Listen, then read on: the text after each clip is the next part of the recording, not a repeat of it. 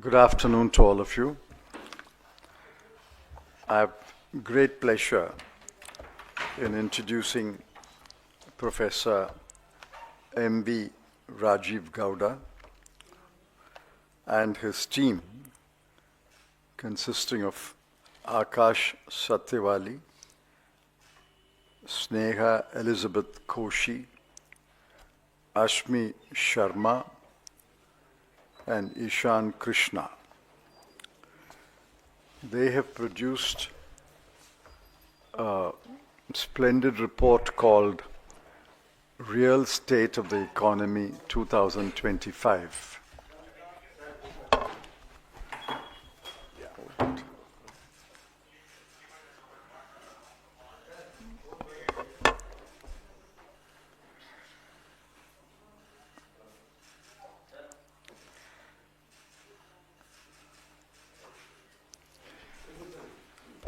Many of the facts mentioned in this report are conveniently buried by the union government. They are press releases, they are statements, completely ignore the facts. And with a few exceptions, the media does not get an opportunity to carry the truth about the economy. Therefore, Professor Rajiv Gowda's team decided to produce a comprehensive report on the real state of the economy. There is, of course, an unreal state of the economy, which is put out by the government every day, every hour. There is a real state of the economy. This report is well documented and well sourced. It runs to about 95 pages, but there is an executive summary of about 9 pages. I urge all of you to read the executive summary and report on that basis. Of course, your editors and sub-editors will delve deeper into a subject of their interest and go into the body of the report, and they can pull out and publish many more facts, many more issues can be highlighted, and many more evidence can be brought on record. Briefly, the economy is in a slowdown. That cannot be denied at all. However much the government may try to do that, the economy is a slowdown, and it is maybe falling up to 2% of the previous year's growth. The second important factor is there are no jobs. Youth employment is perhaps close to 40%. Among graduates, unemployment rate is close to 30%. There are no jobs. Despite the letters handed over from time to time by the Honorable Prime Minister, the jobs are being created. Those letters of appointment are filling jobs already vacant. They are not creating jobs. The third is wages have stagnated for 4 or 5 years. Especially rural wages, agricultural wages, daily workers. Wages have stagnated for 4 or 5 years. In the meanwhile, inflation is raging. Look at food inflation, education inflation, and healthcare inflation. All are in double digits. Food, education and healthcare inflation are in double digits. While inflation has been raging for 2 or 3 years, and in many cases in double-digit inflation, yet the wages have stagnated. And finally, there's huge inequality. Nobody's denying that the upper crust of 1% is extremely wealthy. I concede even the middle class, the top 20 or 30% may be better off. But what about the remaining 70%? The bottom half of India's population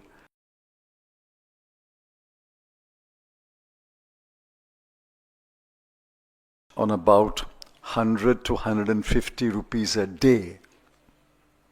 That is 50% of India's population lives on about 100 to 150 rupees a day. There is huge inequality. And that gap between the rich and the poor is growing.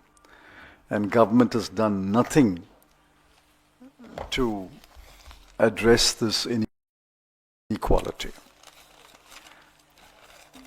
Now we can go examine the reasons why we have come to such a pass.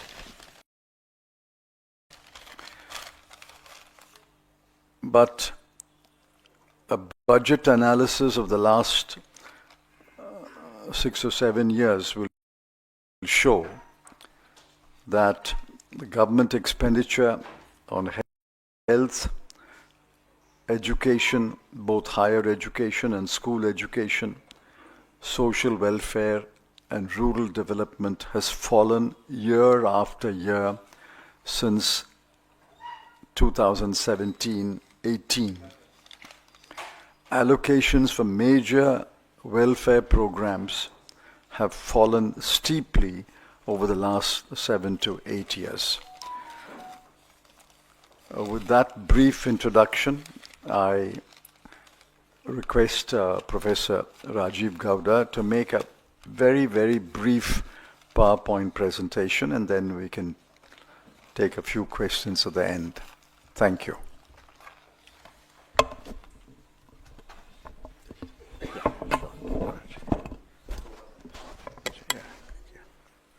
Thank you, sir.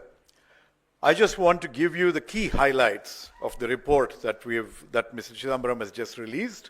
That report will be shared with you immediately after the press conference. And we will also be sending you a soft copy of the report, a Word version of the executive summary. Now, and I can also send you the highlights PPT if you wish. Anyway, I'm not going to repeat what he has already highlighted, but let's go ahead. So the key issue is what happened to growth. That is the title of our report this year. The unemployment crisis, Mr. Chidambaram has highlighted, and you can see that without repeating what he said, what we're going through is a phase of job destruction, job loss growth. Earlier, we used to be concerned about jobless growth. Now this is what we're facing. Our parents of India invest so much in their children's education. However, today graduates face an unemployment rate of 29%. The more educated you are, the less your chances of getting a job. And manufacturing jobs have declined. People are moving back to the farm where they're underemployed. And women are badly hit. Next. This is just illustrating the education and job situation. Next, please.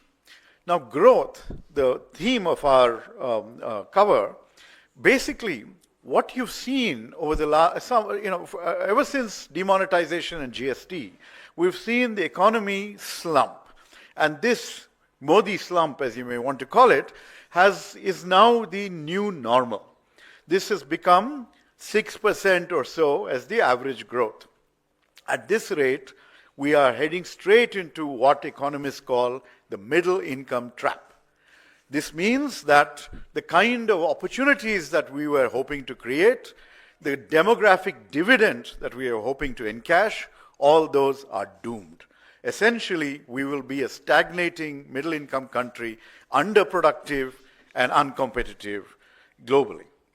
Per capita income has been growing at 4.52% since 2014, since Prime Minister Modi took over, and our per capita income is now below that of Bangladesh. 34% of Indians survive on less than 100 rupees per day, and income inequality is worse than it was under the British. Next, please. Yeah, this is just the detail. It's there in the report. The other real challenge, next, is that incomes are stagnating, people's and household savings are dropping, and their debt levels are increasing. Household savings are now at a 47-year low. Consumption growth is at a 20-year low, and household debt has soared to a record 39% of GDP. Basically, the families of India are in deep distress. Next, manufacturing. The normal pattern of development is the move from farm to factory and then to services. India is experiencing a reversal of this particular pattern, and you all recall the Independence Day speech when Prime Minister Modi announced Make in India. And it's been a decade since that moment. And if you look at the targets, the target for Make in India was to increase manufacturing growth to 12 to 14% per annum. Since that period, it has averaged 5.8%. He wanted to increase the share of manufacturing in GDP to 25% by 2022. Last year, the share has remained stagnant at 15.8%. Number of jobs in manufacturing have come down by half between 2016 and 21. And he announced that he would create 100 million jobs in manufacturing by 2022. Instead, we have seen the workforce decline from 12.6% more than a decade ago to 11.4% last year. Next, massive corporate tax cut that was delivered to the private sector. They have not had the confidence in the leadership of the economy, in the guidance that the government gives, and has therefore chosen not to invest. Without investment by the private sector, there are no jobs being created, and economic slowdown is very, very apparent. In the last financial year, 23 to 24, new project announcements have fallen by 21%. Exports used to be more than 25% of GDP under the UPA, under Mr. Chidambaram. Today, they're below 20% of GDP, and our import dependence on China has surged by more than 83% since 2019-20. FDI has been falling. In 2023, it had come down to 0.8% of GDP. That means the world also is losing confidence in India's economic management. And 21,300 high net worth individuals have left the country between 2022 and 2025. These are people who otherwise should have been investing here. Next, what about the poor? Well, welfare schemes across the board are under attack. Mr. Chidambaram talked about the cuts in health, education, and other welfare programs. Well, you know what the impact is. Chronic malnutrition affects 38% of India's children even today. There have been budget cuts to the National Food Security Act, to the PM Matru-Vandana Yojana, to Mahatma Gandhi, Manrega, and health allocation is now less than 0.27% of GDP. Manrega is the unkindest cut. It is supposed to be a demand-driven program. It is the right of people to get 100 days worth of employment, but not even 45, 50 days are being provided. A lot of people are being axed from the payrolls, and again, a large number of people are being kept out because of the glitches in the Aadhaar-based payment system. If a lot of the budget allocation that you see for Manrega is being used for previous year payments and is not actually the amount that is going to those who are in distress. Next, Farmers are hurting. You see this in the borders of Delhi. Agricultural growth, after a blip, has fallen to 1.4% in 23-24. The old story, MSP according to Swaminathan formula, which was promised, has never been delivered. The Pradhan Mantri Fasal Bima Yojana is benefiting the insurance industry and not our annadatas. And over 55% of farm families are in debt to the tune of nearly 1 lakh each. And more than 1 lakh farmers have committed suicide between 2014 and 23. Inflation is worsening. The cost, remember the thalinomics that one of our economic advisors had announced some years ago? Well, in the last year, the cost of a home-cooked thali has gone up by 10%, when wages and incomes are not going up. Excise duties on petrol and diesel. Over the last decade, they've increased by over 100% for petrol and 343% for diesel. This affects the entire economy and especially affects the poor who depend on these fuels for transport and for farm inputs, etc. And of course, the spectacular fall of the rupee over the last decade, and especially over the last year, from 58 per dollar in 2014 to more than 86 per dollar today. So this is going to make imports even more expensive at a time when there's so much global uncertainty. And finally, the last 3 sections of this report cover crony capitalism, the attack on various institutions, and NDA equals no data available. So as you know, the banks, the public sector banks especially, have written off nearly 10 lakh crores over the last 5 years. This is your money and my money that is being just waved off, and people who had borrowed are getting away scot-free. The Adani Group, the government's favorite group, their debt has gone up by more than 1.1 lakh crore, and the substantial investments in these companies is from our own Life Insurance Corporation of India and the State Bank of India. One of our former deputy governors of the Reserve Bank, Viral Acharya, he has published a report showing that 5 groups are monopolizing 40 major sectors of the economy. So what you're seeing is concentration rather than dispersion and competition within the economy. What else when we talk about the weakening of institutions, the RBI has been squeezed and forced to give huge dividends to the government, so also public sector banks, public sector undertakings, which could have used these resources for additional growth. Further, you know that agencies have been misused left and right in the great extortion racket called electoral bonds. And that information all of you have seen after the Supreme Court decision. And finally, inconvenient data is constantly suppressed. For example, in 2017-18, the periodic labor force survey showed that unemployment was at a 45-year high. And as is typical of this government, they rejected it, they called the data flawed, and basically anything that reeks of bad news, instead of treating those as warning signs, the government just hides that data, rejects that data. Basically, the emperor has no clothes, the economy is in deep distress. I now request Supriya Srinath to speak to you about this and give you the highlights in Hindi. Oh, sorry.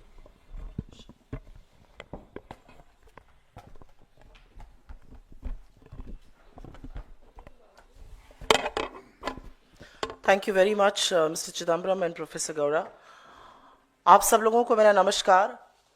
अगले 48 घंटे में union budget आना है और कल economic survey आएगा और हवाई बड़े बड़े दावे किए जाएंगे, लेकिन असलियत क्या है उसका संक्षिप्त विवरण मैं हिंदी में कर देती हूं। श्री चिदम्बरम ने आपको डिटेल्ड एक समरी अंग्रेजी में दी और प्रोफेसर गौड़ा ने आपको डेटा और तथ्यों के साथ, आंकड़ों के साथ ग्रोथ से लेकर नौकरी तक समझाया। लेकिन क्या यह सिर्फ आंकड़ों की बात करने की प्रेस कॉन्फ्रेंस है? क्या जब रियल स्टेट ऑफ इकोनॉमी की हम बात कर रहे हैं और मैं संक्षिप्त में, बहुत ही छोटे संक्षिप्त उसमें आंकड़े जो बताए गए अंग्रेजी में, उसमें हिंदी पे बोल देती हूं। क्या यह सिर्फ आंकड़ों की बात है, या इनके पीछे छिपे चेहरे, इनके पीछे कहानियां, इनके पीछे दर्द, इनके पीछे तकलीफ, इनके पीछे दिक्कतें झेलता हुआ एक हिंदुस्तान है? और उनके कुछ चेहरे मैं आपको यहां पर दिखा दूंगी। जैसा कि कहा गया, आज की तारीख में युवाओं की बेरोजगारी भयावह है। अगर आप स्नातक हैं, ग्रेजुएट हैं, तो 29% लोग बेरोजगार हैं। दिक्कत की बात यह है कि मैन्युफैक्चरिंग में एक बब्बर शेर बनाया गया था, मेक इन इंडिया का, वो कागजी शेर निकला और मैन्युफैक्चरिंग की नौकरियां लगातार गिरती जा रही हैं। मैन्युफैक्चरिंग का शेयर इकोनॉमी में 25% होना था 2022 में, वो महज 15% के थोड़ा सा ऊपर है। असलियत यह है कि बड़े बड़े हवाई क्लेम किए गए, लेकिन पिछले 10 साल में नरेंद्र मोदी के शासनकाल में जीडीपी ग्रोथ रेट मात्र 6% थी, जो कि यूपीए के 10 साल के 7.6% से कहीं कम है। असलियत यह है कि बगल वाले बांग्लादेश का पर कैपिटा इनकम हमसे आज की तारीख में ज्यादा है। असलियत यह है कि कर्जे का बोझ हिंदुस्तान के आम परिवार झेल रहे हैं, किसान झेल रहा है, महिला झेल रही है, युवा झेल रहे हैं, बेरोजगार झेल रहे हैं। असलियत यह है कि गोल्ड लोन, अपने सोने को गिरवी रखकर आज लोग घर चलाने को मजबूर हैं। तो जो मंगलसूत्र छीनने की बात करते थे, वो खुद मंगलसूत्र छीन रहे हैं। असलियत यह है कि कॉर्पोरेट टैक्स, जो बड़े बड़े पूंजीपति, बड़े बड़े उद्योगपति टैक्स देते हैं, वो आजाद हिंदुस्तान में पहली बार इनकम टैक्स से कम है, और हम और आप इनकम टैक्स और जीएसटी के तरह से टैक्स ज्यादा दे रहे हैं। गरीब आदमी का गला ज्यादा रेता जा रहा है। बहुत चरण वंदन करते हैं टीवी चैनल पर आकर, और अगर आप सामने उनके माइक लगा दीजिए, लेकिन हिंदुस्तान के पूंजीपति नरेंद्र मोदी जी की नीतियों पर विश्वास नहीं करते हैं। वो इन्वेस्टमेंट करने को, निवेश करने को नहीं तैयार है, और इसीलिए निवेश की जो दर है, इन्वेस्टमेंट का जो रेट है, वो लगातार गिरता गया है। असलियत यह है कि लाल आंखें दिखानी थी चीन को, लेकिन चीन के साथ व्यापार सबसे ज्यादा किया नरेंद्र मोदी ने, और 83% से ज्यादा ग्रोथ चीन से आए हुए, आयात किए हुए सामान की हुई। हमारे डोमेस्टिक कैपिटलिस्ट को, डोमेस्टिक उद्योगपतियों को तो नहीं भरोसा है। एफडीआई का जो एक झुंझुना बजाया जाता था, वो भी थम गया है। विदेश के लोगों को भी मोदी जी की नीतियों पर, उनके शब्दों पर भरोसा नहीं रह गया, और इसीलिए एफडीआई भी गिर रहा है। असलियत यह है कि अगर लोगों के पास देश छोड़कर बाहर जाकर बसने का मौका है, बाहर जाकर निवेश करने का मौका है, तो असल में वो कर रहे हैं। 21,000 से ज्यादा हाई नेटवर्थ इंडिविजुअल्स ने इस देश की नागरिकता छोड़ दी है। कोई सरकार क्या करेगी? वो गरीबों पर ध्यान देगी, शिक्षा पर ध्यान देगी, स्वास्थ्य पर ध्यान देगी, वेलफेयर पर ध्यान देगी, सामाजिक कल्याण पर ध्यान देगी। लेकिन आपको सुनकर आश्चर्य होगा कि मोदी सरकार ने एजुकेशन का, शिक्षा का, स्वास्थ्य का, सामाजिक कल्याण का बजट लगातार पिछले 7 से 8 सालों में घटाया है। बातें ये जो भी कर लें, असलियत यह है कि किसान, 55% किसान कर्जे के बोझ के तले दबे हुए हैं। असलियत यह है कि महंगाई से लोग त्रस्त हैं। महंगा आटा है, महंगी दही है, महंगी सब्जियां हैं, महंगी शिक्षा है। रुपया जो कि दुबला होता जा रहा था जब नरेंद्र मोदी इस देश के एक मुख्यमंत्री थे, उनको 58 पे दिया गया था, श्री चिदंबरम ने उनको 58 पे दिया था, वो 87 पर पहुंच गया है। असलियत यह है कि जो चंद पूंजीपति मोदी जी के जिगर के टुकड़े हैं, उनको सारी सुविधाएं मिल रही हैं, उनके लिए नीतियां बन रही हैं। अडानी ग्रुप का कर्जा करीब करीब 1 लाख करोड़ से ज्यादा का है। असलियत यह है कि जिन एजेंसियों से इस देश के लोगों को सहूलियत दी जाती, वो एजेंसियां बीजेपी की फ्रंटल बन के चंदा दो धंधा लो जैसे इलेक्टोरल बॉन्ड्स चला रही हैं। और ये मोटे तौर पर आंकड़ों के साथ की कहानी है। मैं 2 मिनट में आपको ये कहानी 4 तस्वीरों से बयां करना चाहती हूं। यह तस्वीर सुमन की है। सुमन उत्तर प्रदेश के एटा की रहने वाली थी। 1.5 साल पहले उसके पति की मौत हो गई। उसके 6 बच्चे और उसकी एक बूढ़ी सास उसके साथ रहते थे। उसने 50,000 का कर्जा भी लिया घर चलाने के लिए। एक दिन जब वो आटा निकालकर रोटी बनाने के लिए गई, तो सिर्फ 6 रोटियां बन पाई। 6 रोटियों का आटा था, 8 लोग खाने वाले थे। सुमन ने सल्फास खा के अपनी जान दे दी, और जान देते वक्त अपनी बड़ी बेटी से कहा, सबका ध्यान रखना। यह है कर्ज, यह है आर्थिक तंगी, यह है बदहाली। ये तस्वीर है झांसी के रामकिशन किसान की। 1-2 साल से उनकी फसल बर्बाद हो रही थी। उन्होंने कर्ज लिया था, उस कर्ज को वो अदा नहीं कर पा रहे थे, बेटी की शादी के लिए कर्ज लिया था। परेशान होकर और आगे स्थिति संवरती ना देखकर उन्होंने हताश होकर अपनी जान ले ली। ये 55% वो किसान हैं जो आज कर्जे के तले दबे हुए हैं। ये आंकड़े नहीं हैं, ये चेहरे हैं, ये असल कहानियां हैं, ये असल लोग हैं हिंदुस्तान के। यहां पर एक तस्वीर एक युवा दंपति की है, संचिता और हरीश। यह घटना जुलाई 2024 की है। हरीश ने एमबीए किया था, उसकी नौकरी चली गई, बहुत हाथ पैर मारे, नौकरी नहीं मिली। हरीश ने बनारस का रहने वाले थे, अपने घर में फांसी लगा के जान दे दी। और जब यह खबर उसकी पत्नी संचिता को मिली तो उसने गोरखपुर में अपनी जान दे दी। यह बेरोजगारी है इस देश की, यह आंकड़ा नहीं है, यह चेहरे हैं, यह असलियत है। आर्थिक तंगी से 22,000 से ज्यादा लोग अपनी जान दे चुके हैं। और यह फोटो बस एक पुणे की ऑफिस की दिखा रही हूं आपको। 100 लोगों के फ्रेशर्स की नौकरी लगनी थी और लाइन का अंत नहीं हो रहा था। हजारों लोग 100 लोगों की लाइन में लगे हुए थे। यह पुणे की तस्वीर है। ये जो आर्थिक स्थिति आपको बताई और इसके बाद आपके सवालों का स्वागत रहेगा। ये जो आर्थिक स्थिति आपसे साझा की गई है, ये आंकड़े नहीं है, ये हिंदुस्तान की वो असलियतें हैं जो ये चेहरे बयां कर रहे हैं। वो बेबसी, वो दर्द, वो तकलीफ जिसको सुनकर नरेंद्र मोदी और उनकी सरकार के लोग कहते हैं हम लहसुन प्याज नहीं खाते, पकौड़े तल लो, हम 5वीं अर्थव्यवस्था बन गए, आप चांद पे पहुंच जाइए। अगर सुमन को आटे की तंगी से जान देनी पड़ रही है तो लानत है आपकी सरकार पर, लानत है आपके हवाई वादों पर। क्योंकि आपकी किताबों में मौसम बहुत गुलाबी है, लेकिन वो सारे दावे झूठे हैं, वो आंकड़े किताबी हैं, ये असलियत है। आपके सवालों का स्वागत है। Your questions are welcome. Please direct them to the architect of this report and of course Mr. Chidambaram.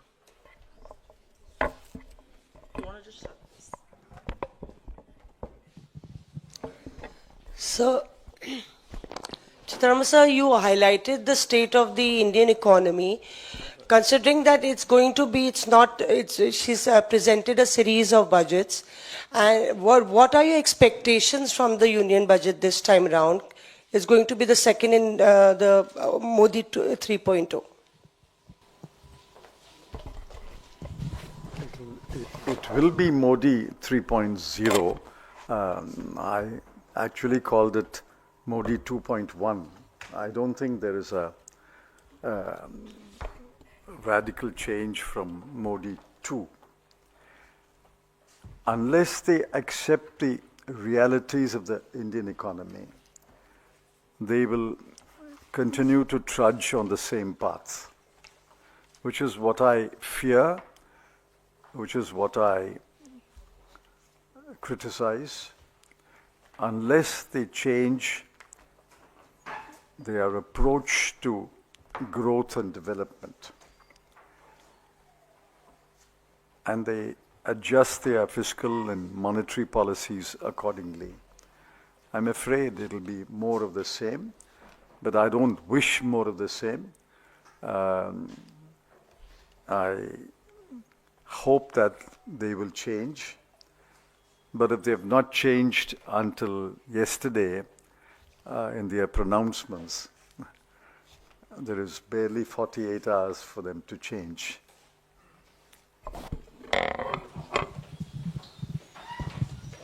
Mr. Chidambaram, you were talking about, I hope they change and everything else, and what you have put out in your report very categorically says that there is stagnation in terms of salaries and everything else, and what is required for growth is something that it needs a transformational change. Having said that, we are told that the government is attempting a direct tax code, which the UPA also attempted to do so, and somehow didn't go forward. Now I think the Prime Minister and the Finance Minister are keen on simplifying things to a great extent. Do you think that this will help to give a new fervor to the middle class, which has been stagnating in the last, as per your report, and has been seen with growth really going forward, not going forward? Direct taxes are a small part of the economy. The number of people who pay income tax, which is what the direct taxes code is, the number of people who pay income tax is about 8 crore or so. And out of them, little over 5 crore file nil tax returns. So the direct taxes code really applies only to about 3 to 4 crore people. I welcome a direct taxes code. We attempted, Mr. Pranam Mukherjee attempted, but it failed. Failed because the BJP leaders in the Lok Sabha and Rajya Sabha told me that they have no appetite for any more reform. This is in 2013-14. I'm quoting the words, we have no appetite for any more reform, and if the Dr. Manmohan Singh government brings major reform bills, we're not going to support it. The direct taxes code could not have been passed without the opposition support at that time, because the government did not have an absolute majority. The Congress did not have an absolute majority in both houses. So I will welcome the attempt to introduce a direct taxes code, but if the direct taxes code is going to be a similar exercise like the so-called IPC, CRPC, Indian Evidence Act revisions, it's a waste of time.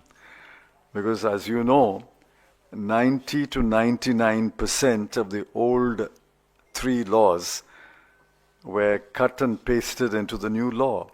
If the present Income Tax Act is going to be cut and pasted 90 or 95%, it's a waste of time.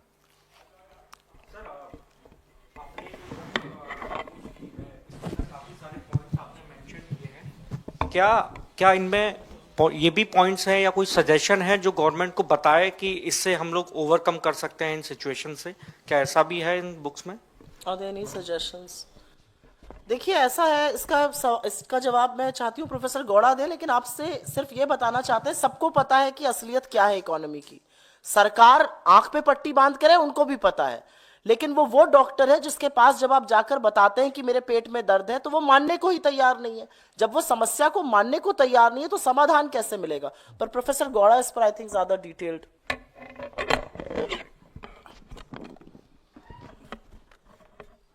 Our job is to tell the truth about the economy and to lay out the facts.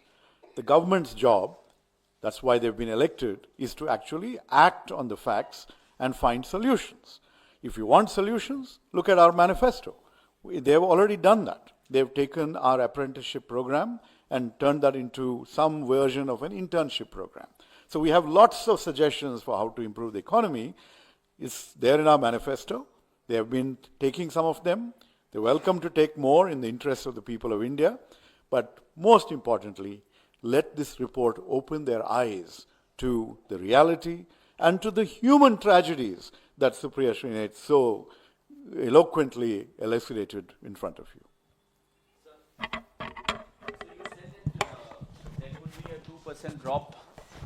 So you said that there could be a 2% drop in the GDP levels. There has been a 2% drop. So going forward, do you also fear that the economy could go into recession? And how do you look at the government's claims that it is one of the fastest growing economies and so on? The economy will not go into a recession. I've explained that many times. Even if there's no government in India, we will grow at between 4 and 5%. Because the farmers, the workers, the small industries continue to produce food grain and other things and services. India's economy will not go into a recession. Question is how much more, how much higher than the 4 to 5% can the government's policies make. This government's policies added about 1 to 1.5%, maximum of 2% to the inherent growth rate. But that's not sufficient. I pointed out in one column that we are indeed the fastest growing economy in the world. But please remember, growing at 2.7% last year, the US added $787 billion to GDP in that 1 year. So 2.7% adds $787 billion. China grew last year at 4.9% and it added $895 billion to its GDP. At 4.9, it adds 895 billion. We are growing at a faster rate. There's no doubt about that. But we add only 256 billion to our GDP because our base is low. We are 1/5 the size of China. So don't compare the growth rates. Compare the addition to the GDP. Growth rate is important, but the addition to the GDP, and is the gap narrowing or widening? The numbers are given you. If China adds 895 billion a year, US adds $787 billion a year, and we add $256 billion a year, the gap is growing.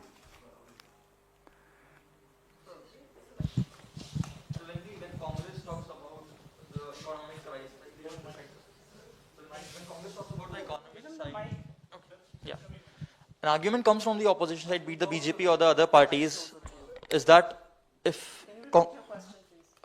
So my question is basically when Congress talks about the economic slowdown and everything, an argument that comes from the opposition side, from the BJP, is that if you have such experts from the Congress side, why not work on the Himachal Pradesh government? Why not talk about the physical dip that is going on in Himachal Pradesh? So what is Congress doing in that?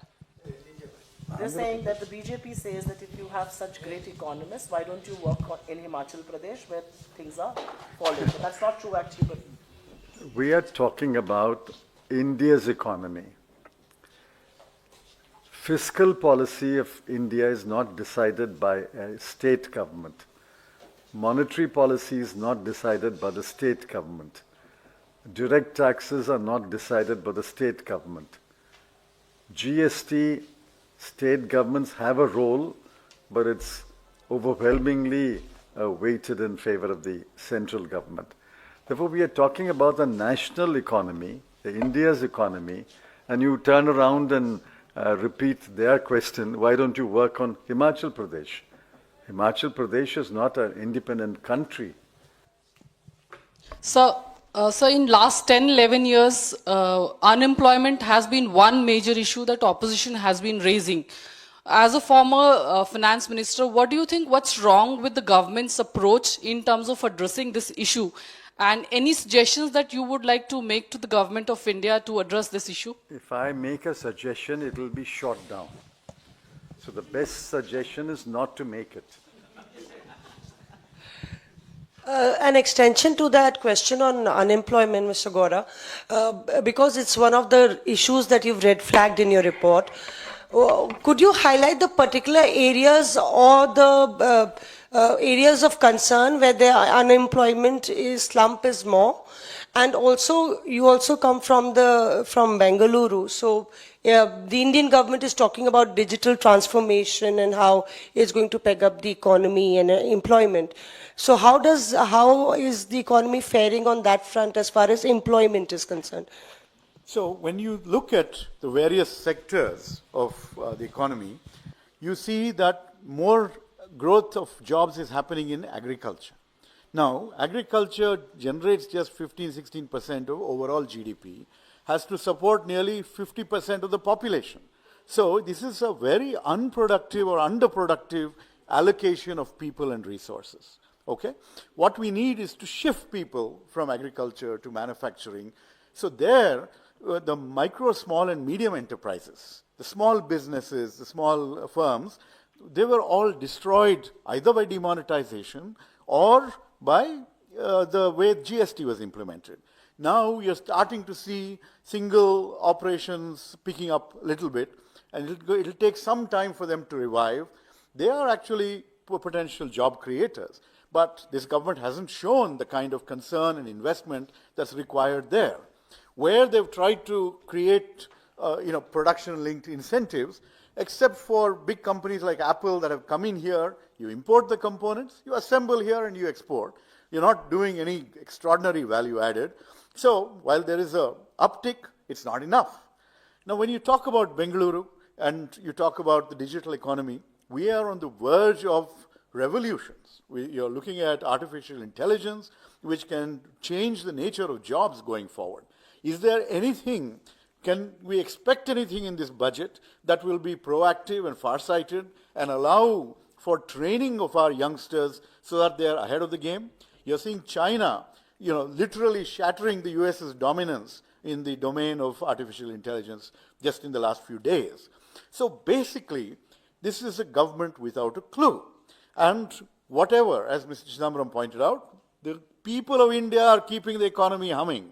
What you need is sustained 8% and above growth rates like you had during the UPA era for all of us to see, inclusive growth, more opportunities, more jobs, and a chance for our children to have better lives than us. That is the challenge. And you're not seeing it in this government. Instead, so what the government should do, for example, this extraordinary petroleum taxes, that is one area that they could lower a little bit. They've been covering the fiscal deficit substantially by squeezing each one of us. Right? If they were to leave more money in our pockets, then consumption can pick up, growth can pick up, jobs can pick up. That is not something these people are willing to do. Instead, what you see is more allocations towards cronies and the rest of us in the hands of God. I would like to add something to this, just for people right here. मुझे बहुत खुशी है कि आज अर्थव्यवस्था पर आप लोग इतने सारे उत्सुक सवाल पूछ रहे हैं. आप सब जानते हैं असलियत क्या है, आप देखते हैं असलियत क्या है सड़कों पर, आप वो सवाल पूछ रहे हैं. लेकिन आपके जो साथी प्राइम टाइम शोज करते हैं, डिबेट्स होते हैं, मैंने तो एक डिबेट महंगाई पर होते हुए नहीं देखा. मैंने एक डिबेट इस पर होते हुए नहीं देखा कि आईआईटी बॉम्बे में 34% लोगों का प्लेसमेंट नहीं हुआ. मैंने डिबेट होते हुए नहीं देखा कि किसानों की एमएसपी नहीं है, उन पर इतना कर्जा है. मैंने डिबेट होते हुए नहीं देखा कि हाउस होल्ड सेविंग्स 50 साल में अपने सबसे निचले स्तर में है. ये असलियत है हिंदुस्तान की. डिबेट किस पर होगा?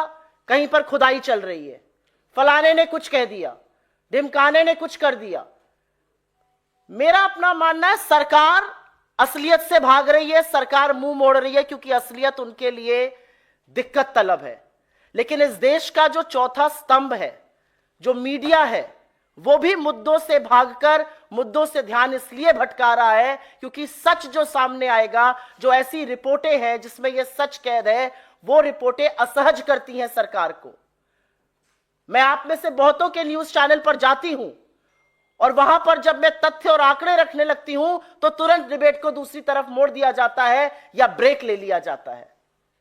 तो मुझे लगता है कि मीडिया जो 2014 से पहले अर्थव्यवस्था पर उत्सुकता दिखाता था, सवाल पूछता था, डिबेट करता था, कटघरे में खड़ा करता था, इस प्रेस रूम के बाहर निकलकर भी ऑन स्क्रीन यह काम जरूर होगा. Do you want to answer any other questions other than this? What other questions? Ask. We want to stick to this report today.